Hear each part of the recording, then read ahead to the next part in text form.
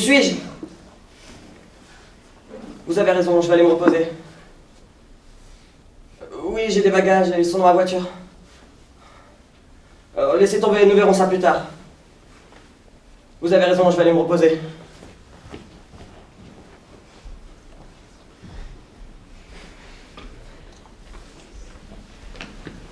Je vous dis qu'il y a du nouveau. Raphaël, quelqu'un vient d'arriver, n'est-ce pas? Oh, il m'avait bien semblé. Vous l'appelez Raphaël, vous? Moi, je l'appelle Gabriel. Avez-vous vu le docteur S ce matin? Moi, toujours pas. J'ai formulé expressément une demande de rendez-vous. Et lui, on n'y a toujours pas répondu. Est-ce qu'on peut traiter les gens comme ça, je vous le demande, hein? C'est totalement inadmissible.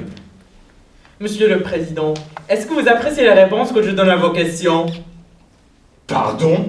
Est-ce que vous aimez mes réponses? Mais qu'est-ce que vous me chantez là? J'apprécie beaucoup votre conversation, mais taisez-vous quand je vous parle. J'ai porté 4 fois mon lit, astiqué 5 fois le lavabo, vous n'aurez pas des petits travaux à me demander? Monsieur, avez-vous été reçu par le docteur S? Non, j'avais demandé pourtant. Ah, c'est inadmissible, on nous traite vraiment comme du personnel de ménage, hein? Président! Ah, il s'est pas trompé le monsieur, je suis bien agent d'entretien. Ah! Président, personne n'a de recommandation ici. L'égalitarisme, hein, je suppose. La lèpre républicaine s'est vraiment infiltrée partout. On ne considère plus qui est qui. La valeur d'un homme n'a plus d'importance.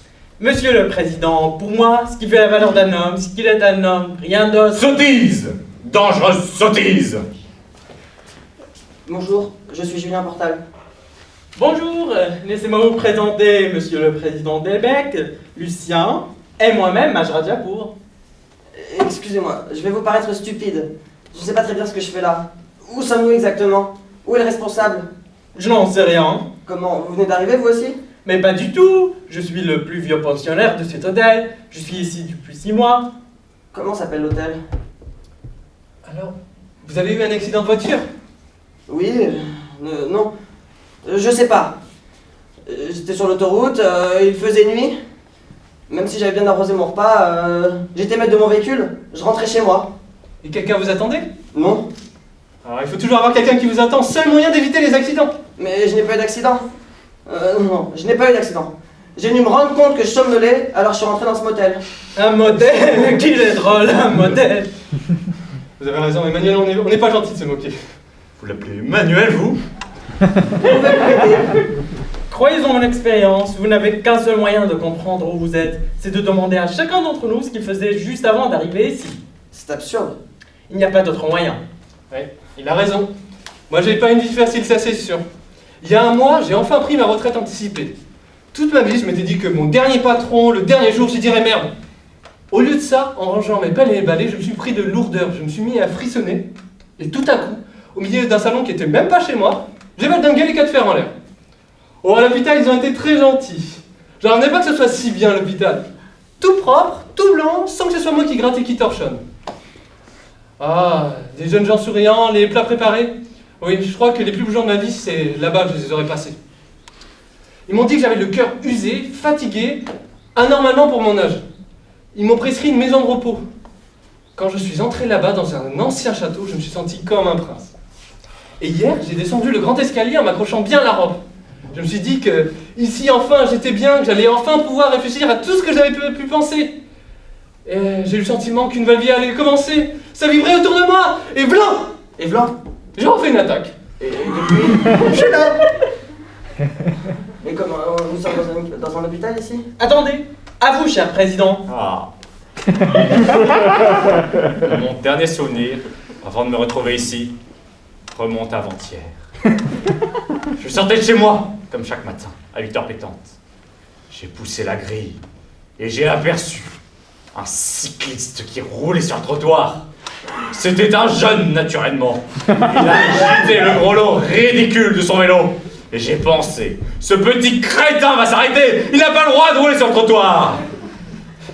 J'ai fait 2 pas. Et j'ai été subitement soulevé, projeté contre un banc. J'ai sorti mon crâne heurter l'angle de pierre. Voilà. Et vous? Comme un diabétique. Mais où sont les médecins, les infirmiers? Pourquoi nos chambres ne sont-elles pas équipées de matériel pour les soins?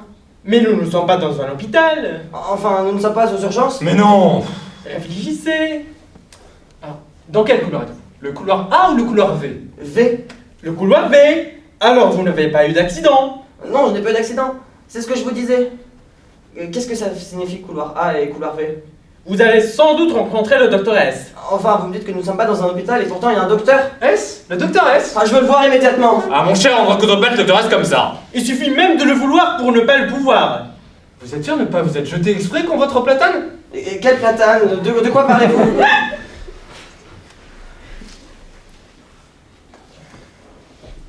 Mais enfin, vous ne comprenez pas, vous ne voyez pas le rapport entre nos derniers souvenirs?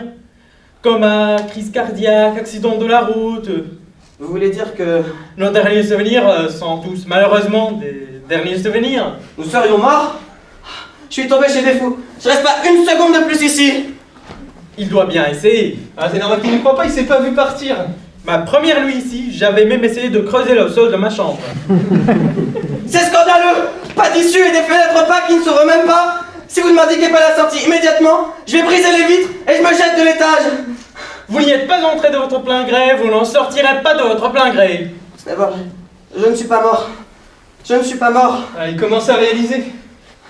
Pourtant, je suis vivant. Bien vivant. Mais vous avez connu des situations bien plus étranges, dans vos rêves. Vous êtes vivant aussi. Vous avez un corps, vous vous baignez dans une eau bleue, et cependant vous êtes dans votre lit. Je vis.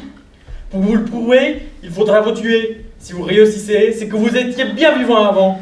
Par contre, si vous échouez, cela pourra encore signifier deux choses. Soit que vous étiez déjà mort, soit que vous êtes immortel. Je deviens fou. Ça aussi c'est possible.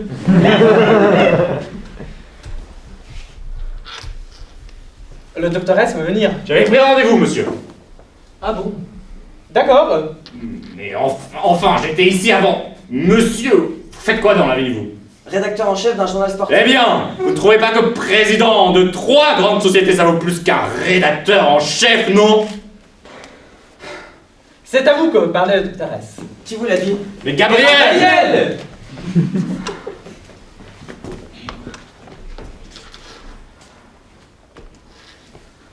Julien Portal? Oui, Bonjour, je suis le docteur S. Avez-vous peur? un peu. Avez-vous compris où vous vous trouvez? Dites-moi que c'est pas vrai. À 200 à l'heure, vous êtes sorti de la route pour percuter un arbre. Je n'en ai aucun souvenir. Naturellement, vous dormiez. Laissez-moi consulter votre dossier. Un arbre. J'ai fini écrasé contre un arbre. Heureusement que j'étais seul. Un bon point pour vous. Je ne vous imaginais pas comme ça. C'est-à-dire Belle. 30 ans, né dans une famille aisée, bonnes études, pas de grosses opérations chirurgicales, aucune maladie grave. Je suis un mort en bonne santé. Diverses tentatives professionnelles. Une certaine instabilité vous fait quitter vos places au bout de 2 ans. Pas marié. Vous m'acceptez quand même? Je ne vous juge pas, je fais votre bilan. Si j'avais pu imaginer que ma mort aurait de belles jambes. Vous essayez de me séduire? Qu'est-ce qu'on gagne? Qu'est-ce qu'on perd? Ne prenez pas ces manières avec moi. Votre dossier mentionne que vous avez couru frénétiquement les femmes. Elle court vite. Vous couriez derrière, puis devant une fois que vous les aviez eues, vous avez tout abandonné. Est-on coupable de se rendre très vite compte qu'un couple n'a pas d'avenir? Vous n'allez pas me noter. Vous n'allez pas me faire croire que ça existe. Cette vieille légende de paradis, d'enfer, des âmes qu'on pèse et du jugement dernier. Je suis mort. Je refuse que vous me condamniez. Vous trompez complètement. Tout d'abord, je suis le docteur S. Ensuite, vous n'êtes pas mort. Pardon? Naturellement. Je le savais. Je suis vivant. Je n'ai pas dit cela non plus. Écoutez, je ne veux même plus chercher à comprendre ce qu'on raconte ici. Puisque je tiens debout, je peux y aller? Cela dépend pas de vous. Vous comptez m'en empêcher? Ni de moi. Écoutez, docteur, machin chose. Je ne sais pas très bien comment je me suis retrouvé dans votre clinique. Sans doute ai-je dû m'endormir, me planter dans cet arbre, perdre connaissance le temps qu'on me transporte ici. Maintenant, je me sens parfaitement bien. Je vous tire ma révérence. Salut. C'est insensé, je me trouve en prison ou quoi? Vous êtes en danger, Julien. En grave danger. Nous allons discuter.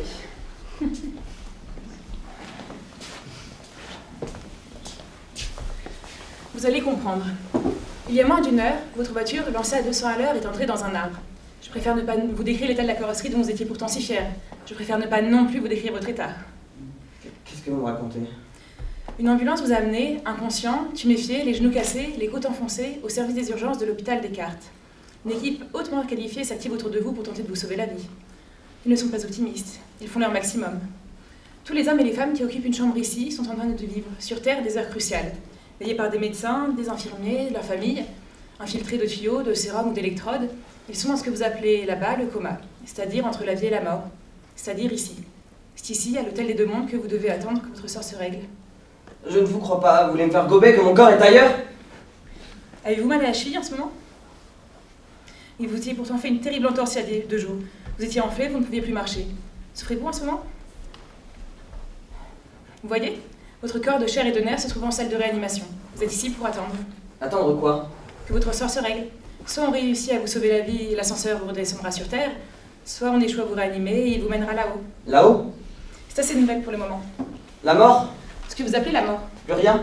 La suppression de cette vie-ci. Mon travail consiste à vous donner l'information nécessaire pour organiser votre passage. Qui vous emploie? Qu'est-ce que ça signifie couloir A et couloir V? Comment? Vous n'avez pas encore compris? Couloir A pour accidenté et couloir V pour volontaire. Autrement dit, il est suicidé. Mais vous vous êtes trompé. Vous m'êtes passé dans le couloir V. Je ne me suis pas suicidé, j'ai eu un accident. Ah bon? Je ne me suis pas jeté volontairement contre cet arbre. Monsieur Portal, non seulement tout à l'heure vous avez l'alcool dans votre sang, et cela fait des années que vous buvez. Vous avez essayé d'autres drogues, plus violentes, plus douces, plus rares, mais l'alcool a toujours été ce qui vous a le mieux permis de vous oublier. Vos affaires s'effondrer, votre journal périclité, vous en moquiez éperdument, votre comportement semblait de plus en plus aberrant aux yeux de vos collaborateurs, vous avez largué toutes les amarres et vous filiez visiblement droit à votre perte. Alors, comprenez bien que le matin on vous retrouve, plein comme une bouteille, écrasé contre un arbre, on conclut à un suicide. Un suicide long et programmé depuis longtemps. Un long suicide? Moi? Maintenant, je vous prie de m'excuser. Je n'ai pas que vous comme patient.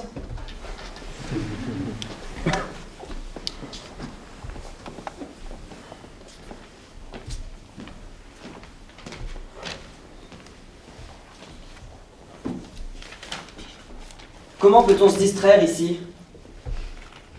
Ici, on ne se distrait pas, on s'occupe. D'abord, on rencontre des tas de gens. Et si vous avez la chance de rester longtemps en réanimation, vous verrez que ça défile beaucoup.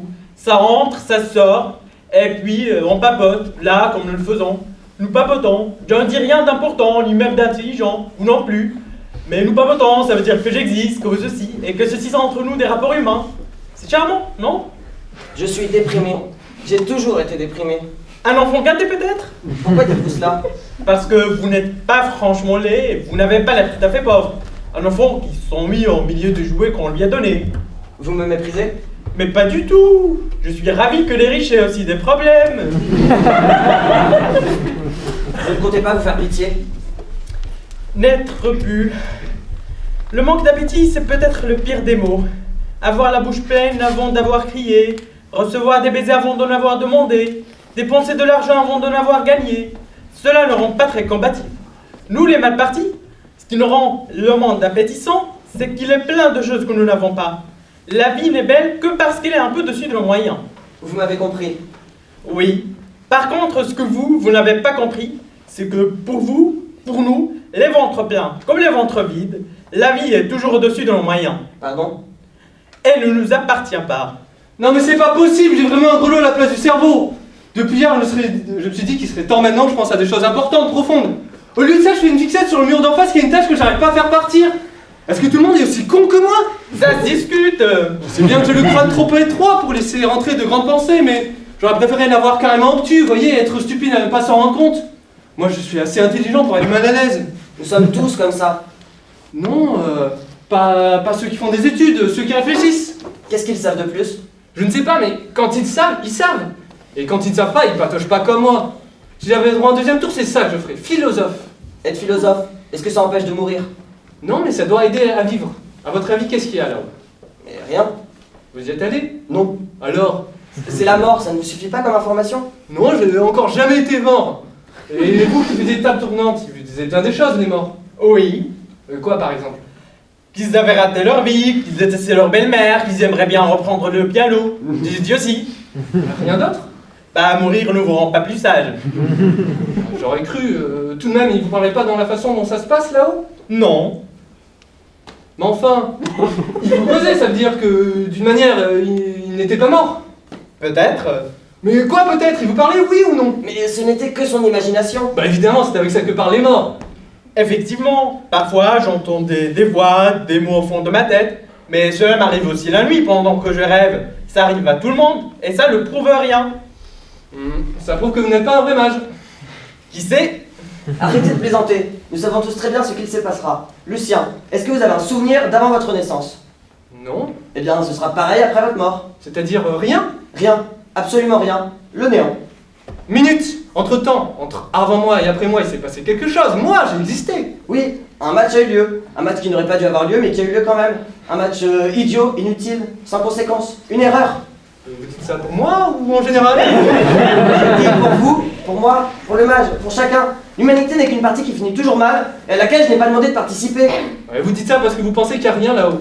Évidemment, si je n'avais pas été angoissé par l'idée du néant, je me serais peut-être accroché aux choses, aux gens. Lorsque j'entame un projet, je pensais toujours à quoi on va investir du temps, de l'énergie, pour faire de la poussière. Et lorsqu'une femme me criait « Je t'aimerai toujours », je songeais encore à la poussière. C'est étrange. Ce qui vous empêchait d'apprécier la vie, c'était de penser qu'elle se terminait. Oui, Alors c'est triste d'avoir faux partout. Vous faisiez une mauvaise idée de la vie que vous connaissiez à cause de la mort que vous ne connaissiez pas.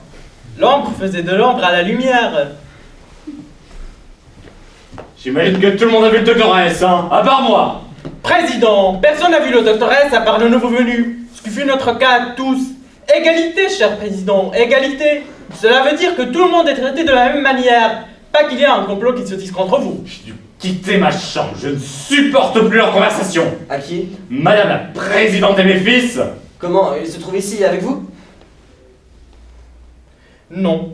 Lorsque les pensionnaires retournent dans leur lit, ils peuvent écouter tout ce qui se passe là-bas, à l'hôpital. Il leur suffit de se mettre les mains sur les oreilles pour entendre. Vous avez de la chance d'avoir votre famille autour de vous. Oh bah pour entendre ce que j'entends, hein. De quoi parle-t-il? D'argent, de quoi d'autre? Ils veulent tout vendre. Vous leur laissez du bien. Mais évidemment, de quoi, pour qui prenez-vous? En tout cas, moi je ne serai pas le plus riche du cimetière. Moi non plus. J'ai tout bouffé. Tout bu. Je n'avais pas les ongles assez crochus, pas la mentalité pour devenir riche. Pourtant, vous êtes malhonnête. Généralement, on s'enrichit lorsqu'on est malhonnête. Ça, vous le savez beaucoup mieux que moi. Pardon? Monsieur le Président, je lis la presse. Je ne vais jamais oublier le fameux scandale des fausses factures d'Elbec. Pure calomnie! Ni la fameuse attribution des marchés d'Elbec. Dragon politique! Et je n'accepte pas d'être tenté par un devoir de fête foraine! Monsieur le Président, chez moi, la malhonnêteté est gravée sur la plaque. Une profession de foi, loyale, irréprochable. Imaginez tout d'un coup que je dise la vérité à mes clients. Non, madame, je ne vois pas votre avenir dans les cartes. Mais vu la figure que vous trimballez et l'agressivité avec laquelle vous vous adressez au moindre pipet de chaussée, je crains que vous ne rencontrerez plus jamais l'amour. Les clients me payent. Mais ils me payent pourquoi? Pour que je leur fasse plaisir. Pour que, en sortant de mon salon, avoir encore envie de vivre. Pour éprouver de l'espoir. Pour avoir de l'entrain pour demain. Et si par hasard, j'ai un mauvais pressentiment, comme il m'arrive parfois en reniflant la mort d'un client, je ne dis rien, absolument rien. Je ne suis que scrupule, monsieur le président, tandis que vous menez vos aiguilles avec vos airs de respectabilité. Je retourne dans ma chambre. Je préfère encore écouter comment mes lavettes de fils veulent dépenser mon argent. De quoi est-il président? Il est né président, déjà à la crèche, il avait un blazer, une cravate sombre, une rêve bien née dans ses cheveux de nourrisson. Il clamait entre deux biberons « Je suis président !» Et ça a marché. Non, non, non, non, non! Faut absolument que j'arrête ça! C'est pas parce que mon sang coule dans les veines de ces petits crétins snobs et prétentieux je vais essayer de dilapider mon capital! D'ailleurs, qu'est-ce qui prouve seulement que ce sont bien mes fils? Ils sont cons, très cons. Oui! Alors ils sont debout. Pardon! Président, peut-être allez-vous pouvoir nous aider. Nous nous demandions ce qui se passerait après la mort. Eh bien, vous n'avez donc rien appris. Vous n'avez donc pas reçu d'éducation religieuse. Rien. Eh bien, vous montrez aux cieux. Vous serez jugé en fonction de vos mérites respectifs. Un enfant vous dira cela. Et vous, vous ne craignez pas ce moment? Je m'y suis préparé. Vous avez la conscience sans tache. Mais évidemment.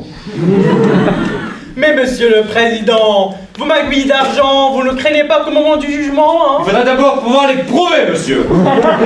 Mais président, écoutez, le secret bancaire suisse au luxembourgeois, je ne crois pas que ça existe là-haut. Car en compte de trafic, de fausses factures... Pécadille! Vous pardonnez. Il se pardonne. Il me pardonnera. Que se passe-t-il? Quelqu'un de nous veut partir. Mais où? Vers le haut ou vers le bas? On ne le découvre que dernier moment, dans l'ascenseur. Pouvez-vous me suivre, monsieur Lucien? C'est à mon tour? Oui, Une bonne nouvelle, j'espère. je n'ai pas le droit de vous le dire. Pas de nouvelles, bonne nouvelle. Conduire à l'ascenseur. Adieu et bonne continuation.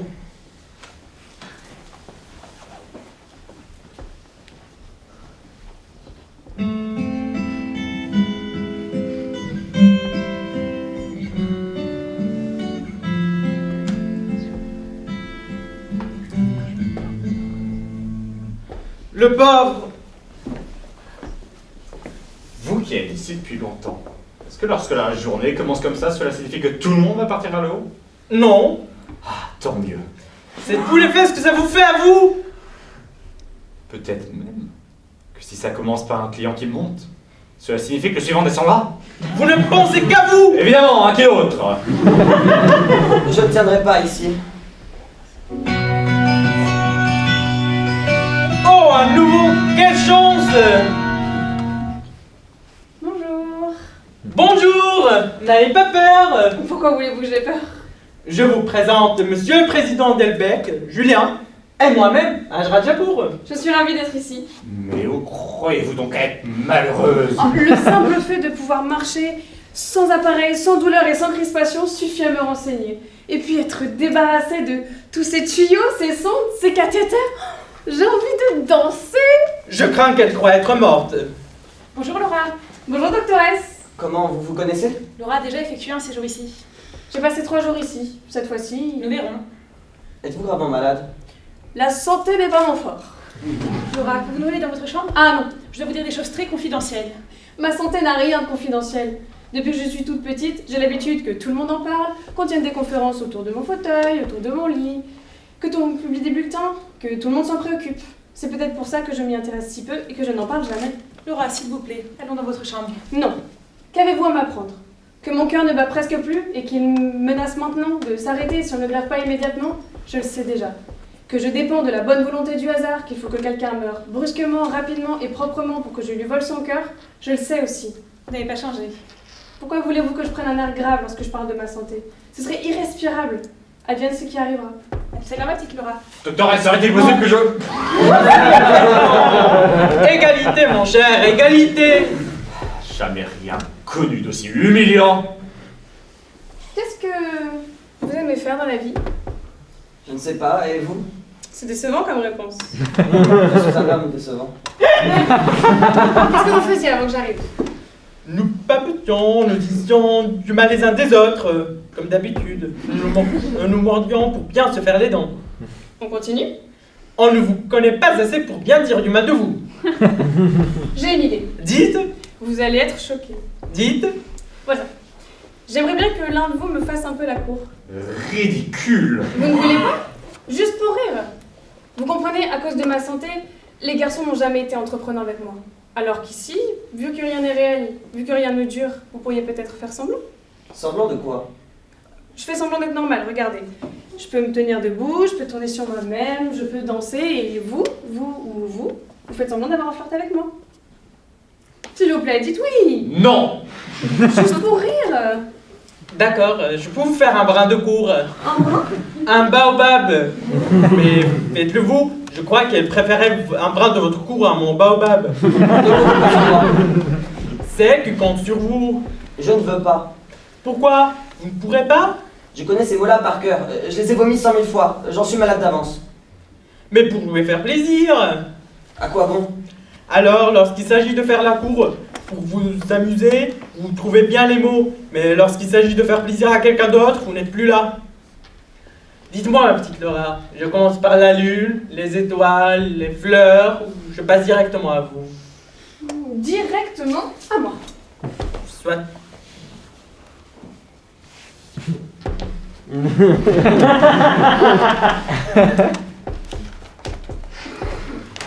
Comme vous la mimez bien. Quoi? La gêne.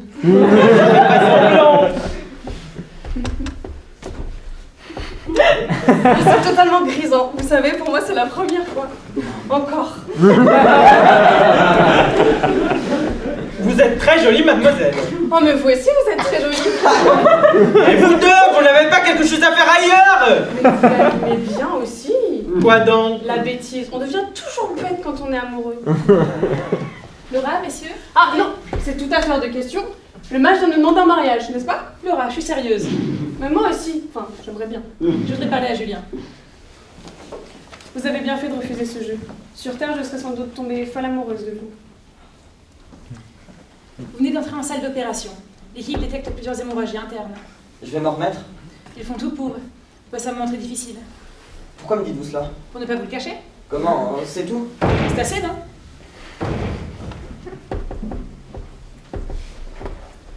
N'ayez pas peur. Je voudrais vous y voir. Vous m'y voyez. Excusez-moi, rien de plus commun que de se croire unique. Si vous étiez obligé de voyager dans une balle, préféreriez-vous qu'elle soit piquée de clous ou garnie de satin? Satin? Alors n'ayez pas peur, puisque vous ne savez pas ce qui va vous arriver. Préférez le satin au clou, soyez confiants. Selon vous, qu'est-ce qu'il y a au-dessus? J'ai de l'espoir. Comment peut-on être aussi optimiste? Quand on ne peut pas faire autrement. J'ai pris l'habitude de mettre de l'énergie partout, sans doute parce que je n'en ai pas dans mes muscles. J'aime la vie d'un amour non réciproque, mais d'un amour fou. J'aime la mort aussi. Vous devez plaire aux hommes. Ah non, je leur fais peur aux hommes. On ne peut pas imaginer qu'un garçon sérieux tombe amoureux de moi. Tout le monde sait que je ne pourrai sans doute pas porter d'enfant ni le mettre au monde. Sur Terre, je suis un simulacre de femme, un fantôme. Je n'offre pas d'avenir. Et là-bas, ils vivent comme s'ils étaient immortels. Ils n'aiment pas, ils investissent. Je ne vous crois pas. Un jeune homme, une fois, m'a fait la cour.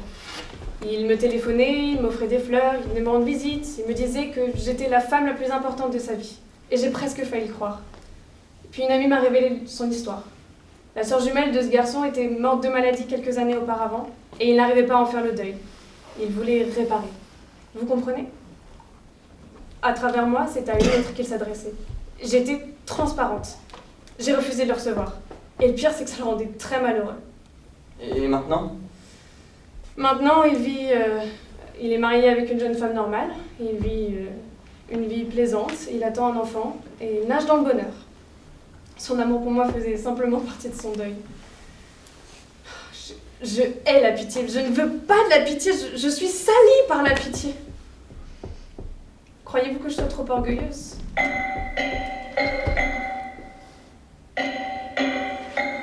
Julien, c'est votre tour. Moi? Oui, venez vers l'ascenseur. Je vais mourir. Je suis persuadé que je vais mourir. J'ai peur, Laura. Parlez-moi. Il ne faut pas avoir peur. Regardez, moi je n'ai jamais peur. J'ai peur. Parlez-moi de vous. Qu'est-ce que vous voulez que je vous dise? Parlez-moi de vous, vite de vous, dépêchez-vous. Je n'ai plus qu'une minute. Où habitez-vous? Dans une grande maison au bord de la plage, avec des fenêtres aussi larges que l'horizon. Il y a la plage? Oui, longue, blanche et bleue. J'adore qu'on me promène longuement sur l'allée de la plage. Et puis, qu'aimez-vous faire? Rêver et écouter la musique. Et en écoutant la musique, écouter le silence autour. Et puis? Et lire voracement pour vivre toutes les vies que je ne vivrai pas. Et puis? Et puis, il me semble que j'aimerais être amoureuse. Ah, moi aussi. Vous êtes belle. Pourquoi me dites-vous cela? Je vous le dis parce que je le pense depuis que je vous ai vu, mais que je ne m'étais pas donné la peine de vous le dire. Lorsque les portes de l'ascenseur vous ont laissé apparaître, je vous ai trouvée étonnante, étrange, magnifique, comme une perle du trot sauvage. J'ai pensé, je ne suis pas beau, mais quelle importance puisqu'elle est belle pour deux. Taisez-vous. Ensuite, je vous ai écouté tenir tête aux doctoresses. On aurait dit une figure de proue qui, souriante, affrontait l'écume, les embruns et la tempête. J'ai pensé, je ne suis pas courageux, mais quelle importance puisqu'elle est brave pour deux. Taisez-vous. Aussitôt que j'ai aperçu cette force, j'ai vu sa faiblesse aussi. La faiblesse qui vient de la tension de la force. Alors je me suis dit que vous aurez peut-être besoin d'une main. Dans une autre vie, une vie que je ne ferai pas, j'aurai deux mains à votre service. Voilà ce que je ne vous ai pas dit. À cet instant même, il y a encore des choses que je ne vous dis pas. Que j'aimerais habiter avec vous dans cette grande maison au bord de la plage. Et puis écouter avec vous la musique et le silence. Et vous faire lire un peu moins pour vous faire vivre un peu plus. Taisez-vous. Parce que soudain, là, en face de vous, je me sens pris d'une fièvre. Une fièvre fulgurante. Une fièvre qui me donne de l'air, de l'appétit, de l'enthousiasme. Une fièvre à soulever les montagnes, à vous broyer entre mes bras, à faire battre pleine toutes les heures, à écarter la mort. Oh, c'est curieux, je n'ai presque plus peur. C'est une fausse alerte. Votre heure n'est pas encore venue. Cela arrive parfois, rarement. Un incident a dû se produire en salle d'opération. Je vous laisse. Je suis désolée de ce malentendu. Désolé. Désolé. Un malentendu. Julien? Désolé. Trop tard. Je l'ai dit, c'est trop tard. Quoi donc? Que je t'aime. Ah non, tu ne l'as pas dit. Si. Non, Si. non, tu n'as parlé que de détails, de choses concrètes. Tu voulais vivre dans une grande maison au bord de la plage, écouter de la musique. Non. Si, ces mots-là. Mais là, ils les ont prononcés 100 fois, comme un exercice. Mais là, pour la première fois, je les ai sentis passer. Ça brûle. Tu n'as rien dit. Je l'ai dit. Je te le dis.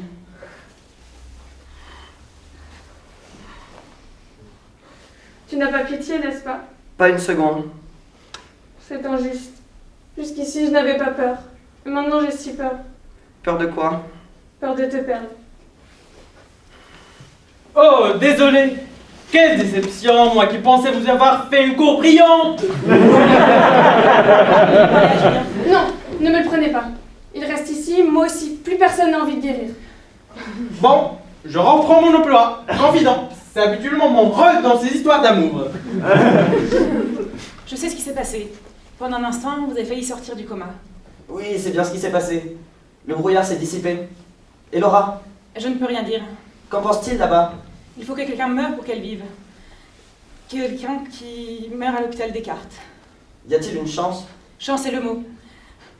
Il faut que quelqu'un meure, qu'on l'amène à l'hôpital Descartes dans les heures qui viennent.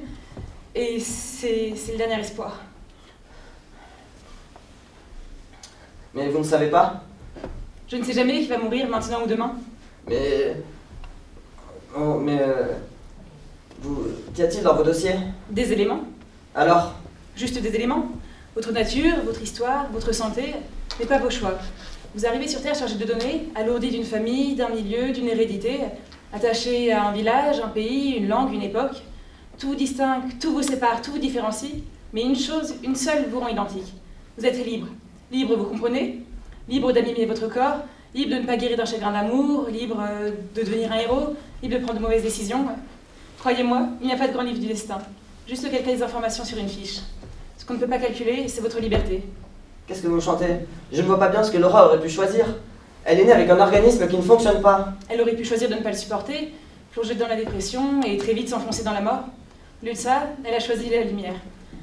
Depuis toujours, elle est joyeuse, légère, elle aime la vie. Sa naissance l'avait passée dans l'ombre, mais elle a préféré la lumière.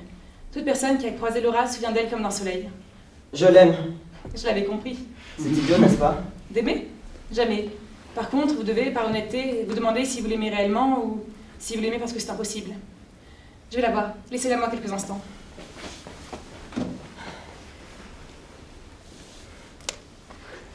Évidemment, le docteur s'en va là ce que j'arrive. Je n'aurais jamais dû mentionner que je faisais partie du Panthers Club. Le doctoresse a dû vouloir y rentrer un jour.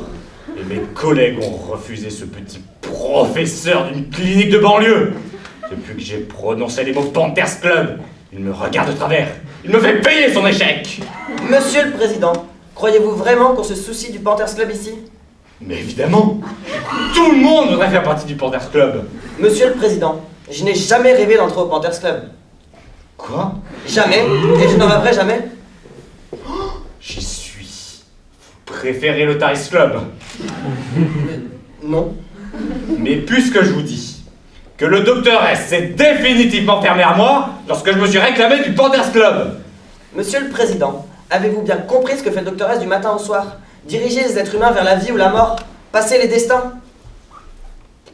Non, vous avez cru la petite théorie de ce mage Rajapur sur l'endroit où nous sommes?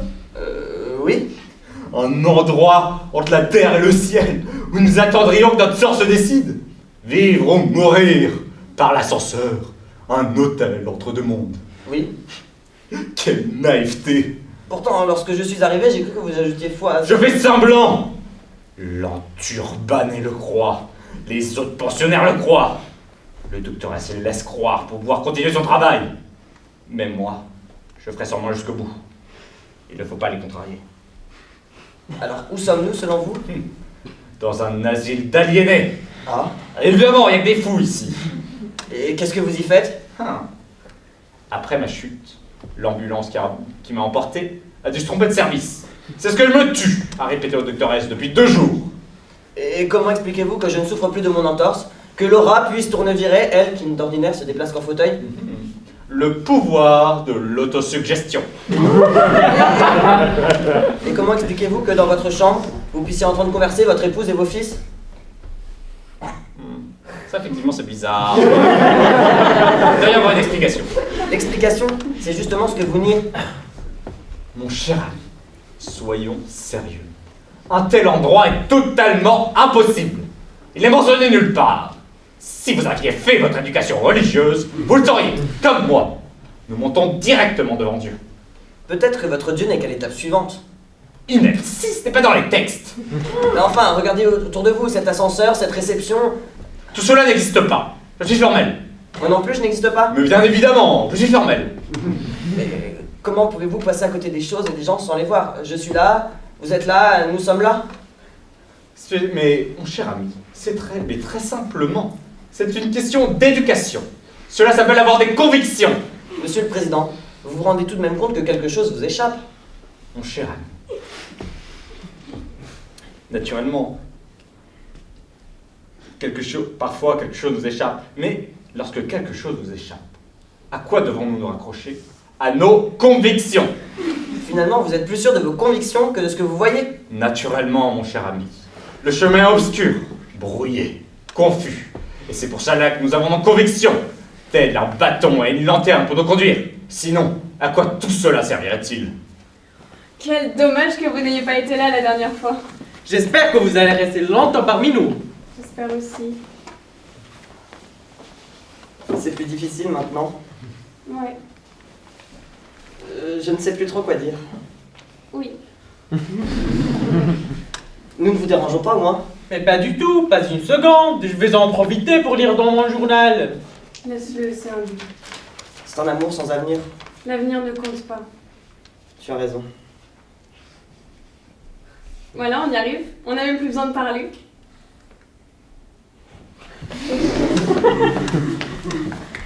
Passez-moi le page boursière. Monsieur le Président, c'est votre tour. Ah, enfin! Il était plus que temps de mettre fin à cette erreur scandaleuse! Monsieur le Président, comprenez bien que je n'ai ni le droit ni le pouvoir de vous traiter différemment des autres. Non plus que je n'ai l'opportunité de hâter quoi que ce soit. C'est bien, tout est réglé, n'en parlons plus. J'étais pressé, c'est tout. Faut que j'aille remettre les pendules à l'heure à la maison. J'espère que ces jours de réflexion vous auraient été favorables, cher Président. Ouais, je vais refaire mon testament. Je laisserai le minimum à Madame la Présidente. Je déshériterai mes deux fils. Et je créerai une fondation. Très bien. Une fondation qui portera mon nom, la Fondation Delbecq, et qui aura pour objet d'entretenir ma mémoire. Voulez-vous bien prendre place dans l'ascenseur, Monsieur le Président? Vous savez, si vous voulez, je peux vous épauler pour entrer au Portage Club. Pardon? Ils n'ont rien à me refuser. Alors c'est dit, je vous parraine. Je crois que le docteur préfère le tarif. Ah, j'en étais sûr. mais où m'emmenez-vous? Vous n'avez pas le droit. Laissez-moi sortir.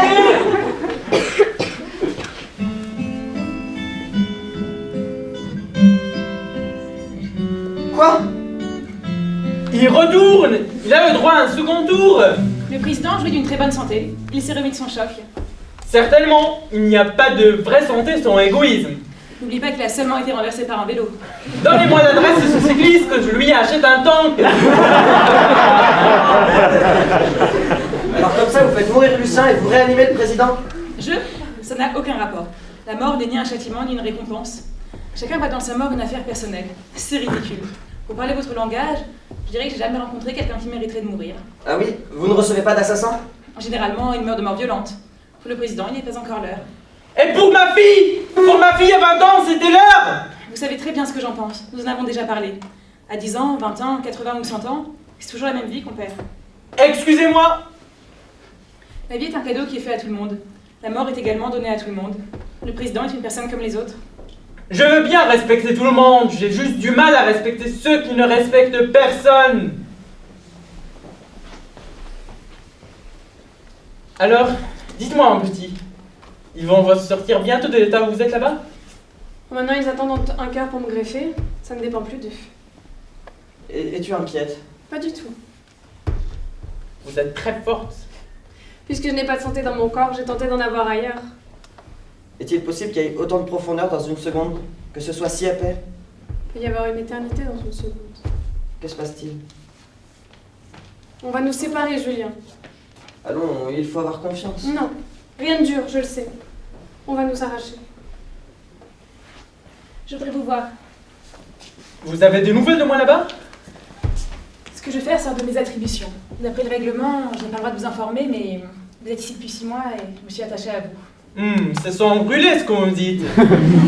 Il n'y a aucun progrès notable dans votre état. L'équipe médicale songe à vous débrancher. Vous pouvez le dire. Se faire débrancher comme un séchoir à cheveux. Je n'avais pas réalisé que j'étais tombé si bas, que ma vie ne tenait plus qu'à un fil tendu prise à la merci d'un infirmier qui s'y prendrait le pied. Mais qu'attendent-ils pour me débrancher? La permission. Ça, c'est trop fort. Qui peut la leur donner? Votre neveu, c'est le dernier parent qui vous reste. Mon Dieu, ce petit morveux qui avait toujours des coulées jaunâtres sous le nez. J'espère au moins qu'il va se souvenir des bonbons à la fraise que je lui ai achetés et des Noëls qu'on a passés ensemble. J'espère qu'il ne s'est jamais rendu compte que j'ai toujours triché aux cartes avec lui. Pour l'instant, il ne le trouve pas. Il n'arrive pas à le joindre. Oui, le petit a dû continuer ses études aux États-Unis. C'est grand les États-Unis. N'ayez pas de faux espoirs. Ils le trouveront et vous ne sortirez pas de ce coma. Je comprends. Un instant, docteur. J'ai quelque chose à vous demander, mais je voudrais être certain que vous me répondrez oui. Alors, c'est déjà non. Accordez-moi un instant.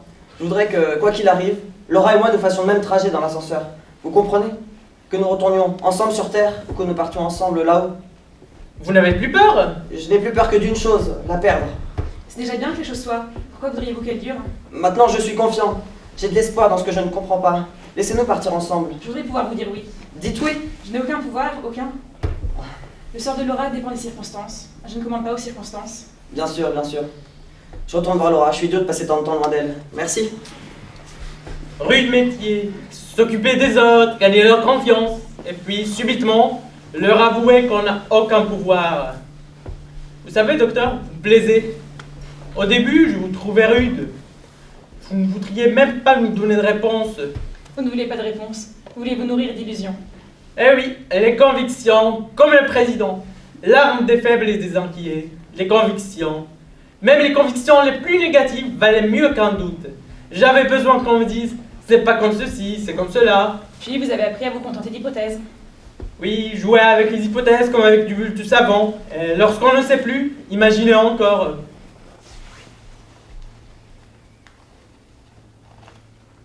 Voici le numéro de téléphone de mon neveu. Qu'on l'appelle pour me débrancher. C'est inutile, ce qui arrivera, arrivera. Je n'ai pas à communiquer cette information. S'il vous plaît, docteur, il faut faire vite. Laura se trouve à Saint-Louis, comme moi. C'est une opération tout à fait habituelle. Il suffit de me débrancher, de m'arracher un petit morceau de chair à l'intérieur de la poitrine et de le descendre à l'étage en dessous. Je n'ai pas le droit de faire ça. Docteur, est-ce que vous n'en avez pas marre de voir défiler les gens comme ça? De les voir peut-être devenir meilleurs, prendre conscience de ce qu'ils ont raté, de ce qu'ils ont réussi, et puis, tout d'un coup, voilà, tout s'écroule. Ne soyez pas naïfs. Que l'univers tienne compte de vos mérites, que le bon soit récompensé et le mauvais châtié, que la bonté repousse la mort, que la maladie punisse. Oui, quelque chose qui ressemblerait à une justice. Même une justice injuste, des dieux partisans ou capricieux, même un dieu terriblement arbitraire. Cela veut dire qu'il existe un ordre, une pensée, une volonté, quelque chose au-dessus de vous qui ressemble à de l'homme. Au lieu de ça, depuis toujours, la vie n'est que ce qu'elle est. Sourde, aveugle, indifférente. La matière se fout de votre courage et de votre volonté. Et la volonté, ma volonté, la vôtre. Vous séjournez à l'endroit au monde où la volonté est la moins présente. La liberté n'existe qu'à condition qu'on y croit et qu'on l'affirme. D'accord, l'ordre de la matière a ses propres lois de composition et de décomposition. Mais est-ce que vous ne voudriez pas, pour une fois, une seule, mettre un petit grain de sable différent dans la machine indifférente? Docteur, parfois, lorsque j'étais petit, pendant les vacances, je grimpais dans le prunier du jardin. Je regardais d'en haut tout l'univers de notre village. Si je veux, pensais-je, je peux m'empêcher de respirer. Je retenais ma respiration. Mais plus ça devenait difficile, plus je devenais rouge avec la chaleur qui enflait mes veines du cou, plus je me sentais supérieur, différent et invulnérable. Docteur, parfois aussi je me disais que si je veux, je ne mourrais pas. C'était facile, d'autant plus facile que, sur le coup, il n'y avait rien à faire.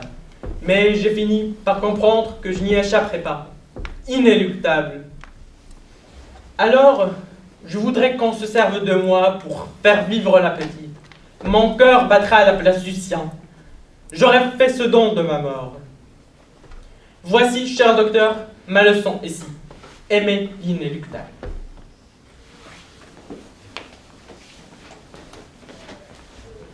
Non mais si, je t'assure, je sais qu'on oublie tout lorsqu'on descend sur Terre. Je n'avais gardé aucune conscience de mon premier séjour ici, et la mémoire ne m'est revenue que lorsque les portes de l'ascenseur se sont écartées.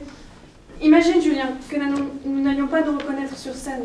Je me fais pas de soucis, je te reconnaîtrai. Non. Un jour, nous allons nous croiser quelque part, n'importe où, dans un couloir, dans une rue, et ton regard passera au-dessus de moi. Tu ne m'apercevras même pas. Impossible, je te chercherai partout. Moi aussi. Cependant, je veux que tu t'entraînes. Quoi? Écoute, je sais quelque chose qu'ignore même le docteur S. Lors de mon premier séjour ici, j'avais commencé à apprendre le tango avec Juan, un homme qui séjournait ici. Comment? Il était vieux, il avait plus de 80 ans. Il était tellement heureux de se retrouver souple et décloué de ses rhumatismes qu'il avait envie de danser. Je lui ai servi de partenaire. J'avais jamais dansé. Soit. Écoute, quand je suis redescendue sur Terre, j'ai oublié cet hôtel, et Juan, et les leçons de tango. Mais mon corps savait toujours les pas. Mes pieds les esquissaient malgré moi. La conscience oublie tout ce qui s'est passé ici, mais la peau en garde la trace. Nous devons nous entraîner.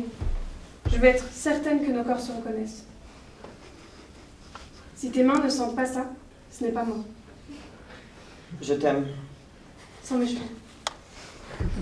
Un parfum d'herbe fraîchement coupée et une odeur de poire. Si tu ne sens pas ça, ce n'est pas moi. Regarde mes yeux. Des fils verts et violets. Combien? Je sais pas, il y en a plus de 1000. S'il y en a moins de 1000, ce n'est pas moi. Ne t'en fais pas, je n'oublierai pas. Bien, je voudrais vous parler dans votre chambre. Bien. Votre carte est tombée par hasard de votre veste, un infirmier l'a ramassée et a portée au médecin. Par hasard, Par hasard. le hasard fait bien les choses. Parfois. Ils appellent votre neveu, celui-ci découvre avec surprise votre état, il est embarrassé. Il dit qu'il n'est pas pour l'acharnement thérapeutique. Il dit aussi qu'il vous aimait beaucoup. Qu'il m'aimait beaucoup.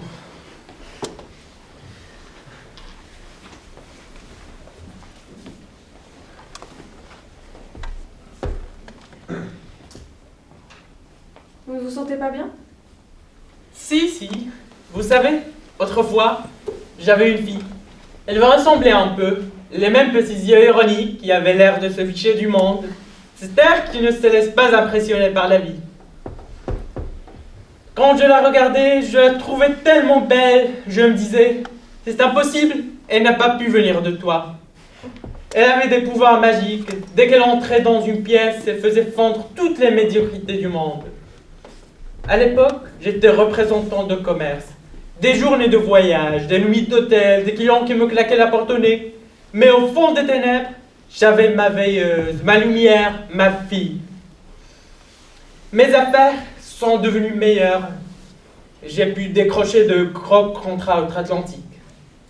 Mais un jour, lorsque j'étais dans un motel, elle m'a appelé. Elle avait la voix humide. « Papa, je suis un peu malade », elle m'a dit. Elle a dû aller à l'hôpital. J'ai dû rester de l'autre côté de l'océan. Mais je pensais qu'elle était jeune et forte et qu'elle allait retrouver le moral et la santé une fois son père à côté d'elle. Je suis resté, mais une maladie l'a prise à 20 ans. Je n'étais pas à côté d'elle, je suis arrivé. C'était déjà trop tard. Alors, j'ai quitté mon travail. Je suis devenu le mage Rajapour. J'ai fait tourner les tables. Je voudrais qu'elle me parle, qu'elle n'ait pas disparu.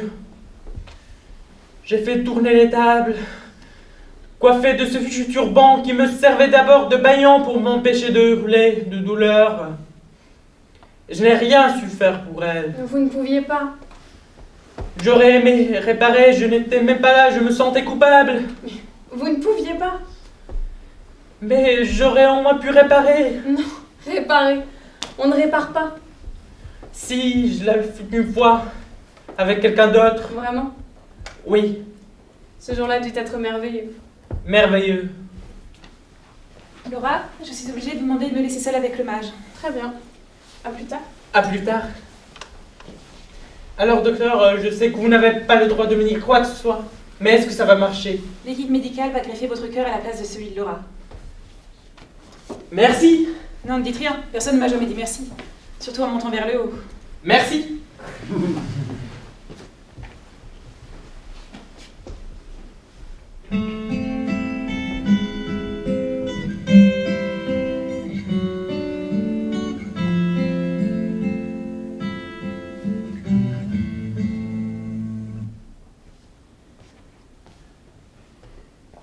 Je sais, c'est contre la règle. Allez vite chercher Laura.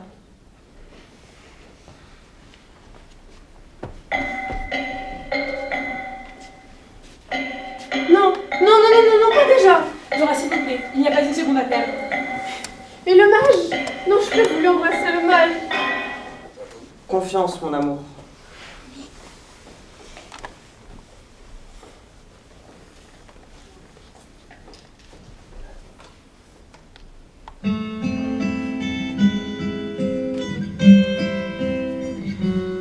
Oui! Oui! Oui! Oh, merci, docteur, de m'avoir dit tout à l'heure ce qu'avait fait le mage. Sans cela, je n'aurais pas eu le courage d'accompagner Laura. Je sais, rien ne se passe selon la règle. Demain sera différent. Vous avez raison, demain ne sera pas différent. Ce sera bientôt votre tour. Dans quel sens? Je ne le sais pas. Est-ce que vous savez, vous, ce qu'il y a là-haut? Non. Même vous? Je ne connais que ma fonction. Vous recevoir, vous faire attendre, puis vous reconduire à l'ascenseur. Je sais seulement que si on monte, le voyage devient irréversible. Pourquoi vous appelle-t-on docteur? Cela peut changer, cela dépend. Vous, par exemple, vous m'avez prise pour une femme. Pardon? Le président Delbecq me voyait comme un homme. Tout ça me dépasse. Moi aussi. Pour moi, comme pour vous, la mort n'est pas un fait, mais un mystère. Vous en savez plus que vous m'en dites. Si la vie est un don, qui nous a fait ce don? À votre avis? Je vous le demande. Moi aussi. Dieu ou la vie elle-même? À cette question, même les réponses n'est point d'interrogation. Dieu? La vie elle-même? Qu'est-ce que cela change? Dans tous les cas, cela veut dire que vous avez des dettes. Des dettes? On vous a fait un cadeau, il faut le recevoir, Oui. puis le transmettre, le Oui. soigner. Et enfin, le transmettre, ce cadeau. Donner la vie à votre tour. Des œuvres, des actes, des enfants, de l'amour. Oui, bien sûr. Comme ça, peut-être, à la fin de notre temps, lorsque le cadeau sera justement en train de s'épuiser, nous l'aurons peut-être enfin mérité. Peut-être. Donc vous ne savez pas ce qu'il y a là-haut? La pire chose qui pourrait arriver à cette question, c'est une réponse. C'est votre tour. Docteur. Si Laura et moi nous nous retrouvons sur Terre, croyez-vous que nous nous reconnaîtrons? Je le crois. Si au sortir de l'ascenseur, vous oublierez tout. Mais il existe sur Terre une mémoire inconsciente de tout ce qui s'est passé en dehors de la Terre. Une mémoire profonde, tapie dans les recoins de l'esprit et qui se réactive au premier regard que deux individus s'adressent et qui les fait se reconnaître. Cela s'appelle le coup de foudre.